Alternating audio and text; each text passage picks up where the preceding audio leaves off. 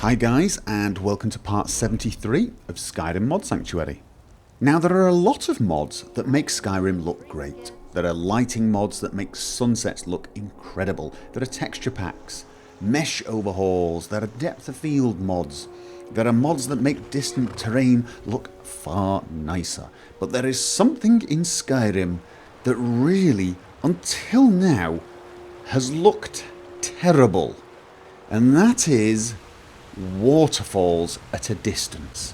They are completely stationary, they are totally frozen in time, and no matter what you are looking at, no matter how beautiful the scene, they are unbelievably distracting. They draw your eye to it because they are absolutely horrific.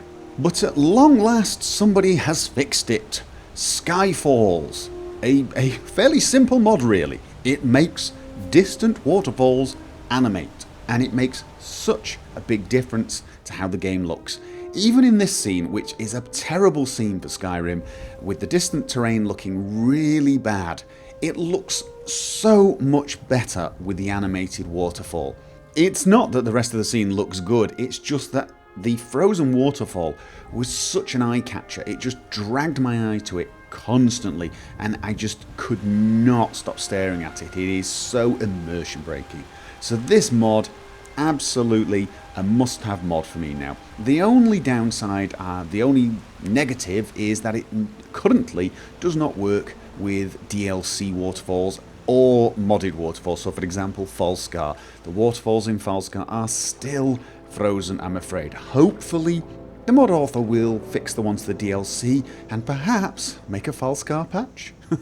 I would appreciate that, because Falskar's got some amazing waterfalls and they just look terrible as soon as you get any distance from them.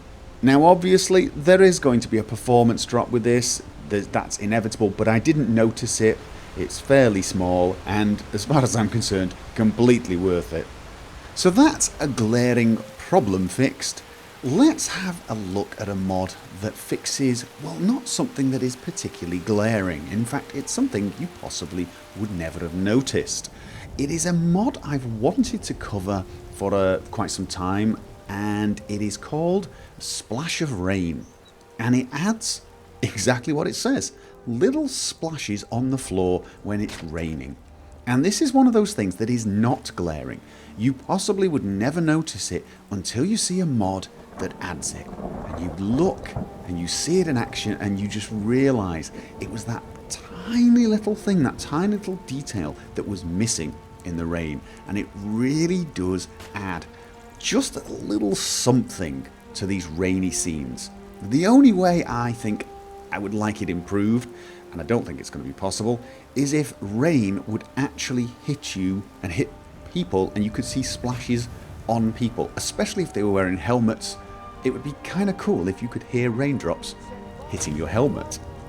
Now the mod actually already adds sound when you're inside. If you are inside a shop, you get this really nice sound of rain outside on the windows and on the roof.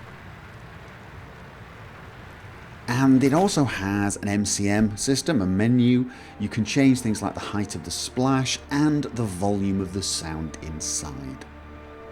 All round, great idea, very well executed, very atmospheric, and for me, this is yet another mod that goes onto my essential mod list.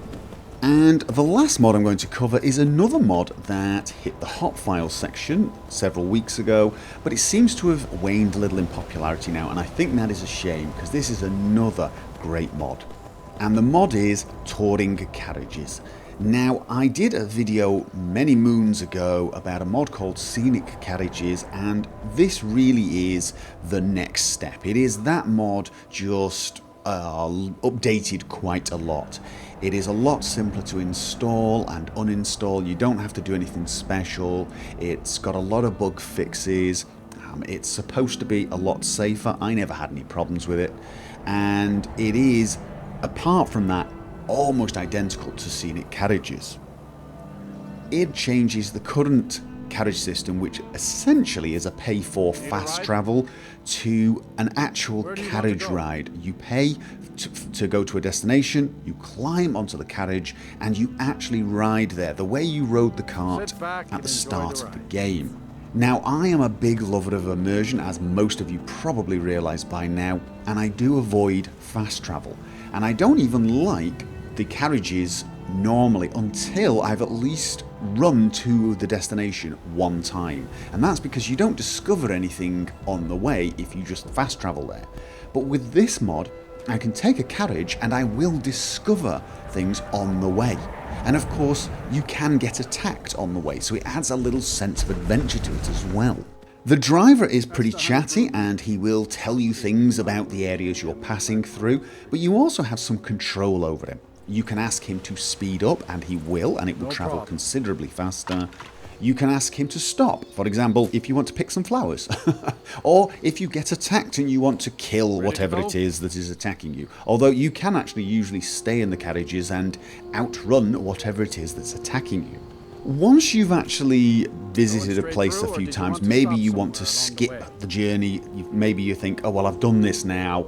Can I just get there faster? And you can. You can just say to him, I'm going to sleep, wake me up when we get there, and you wake up. It's basically fast traveling at that point. You can actually stop at any time and get back on, which is useful, but you can also ask him to stop at some other interim destinations. You have to pay him a little extra money and he will do that.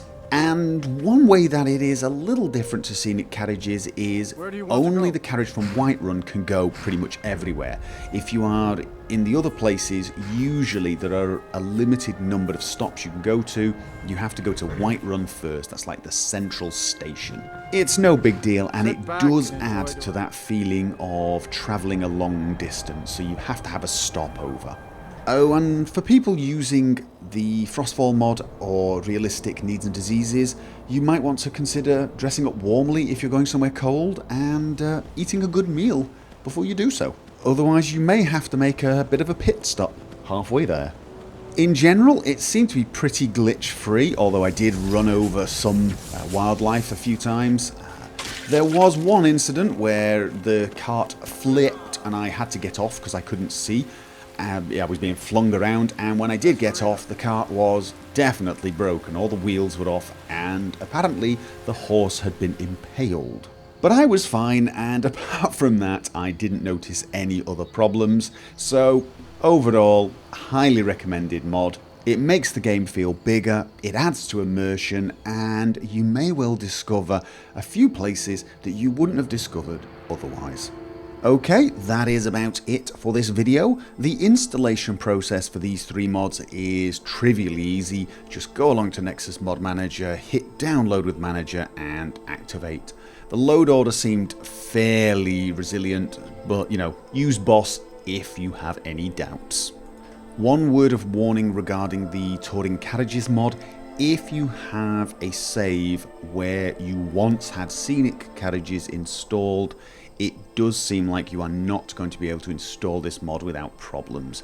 So I'm afraid if you have had scenic carriages installed and saved, if it's on this current save that you are playing, you may not be able to use this mod. But apart from that, it should be all plain sailing. I am going to end this video with some of the screenshots you guys have been posting, as always. Thank you for doing that. You are more than welcome to keep posting them to my Skyrim Nexus page. I have actually already started working on the next few episodes, so hopefully they will be on time, and you are more than welcome to join me there. But for whichever video you decide to join me for, I look forward to seeing you guys there, and until then, as always, have fun.